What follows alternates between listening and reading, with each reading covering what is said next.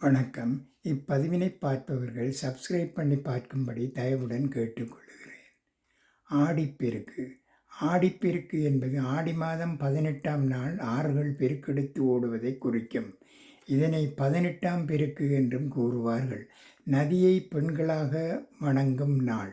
அன்று புத்தாடை அணிந்து சர்க்கரை பொங்கல், புளியோதரை, எலும்பிச்சம் சாதம், தயிர் சாதம், வடகம் முதலான பதார்த்தங்களை எடுத்துச் சென்று நதிக்கரையில் அமர்ந்து நதிகளை தாயாக கருதி பூஜித்து விருந்துண்டு மகிழ்வார்கள்.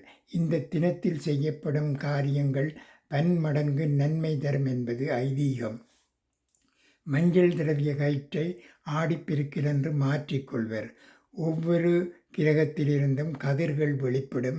இந்த கதிர்களை மஞ்சட்கயிறு பாதுகாக்கிறது. அத்துடன் மஞ்சள் கிருமி நாசினியாகவும் தொழிற்படுகிறது. நன்றி, வணக்கம்.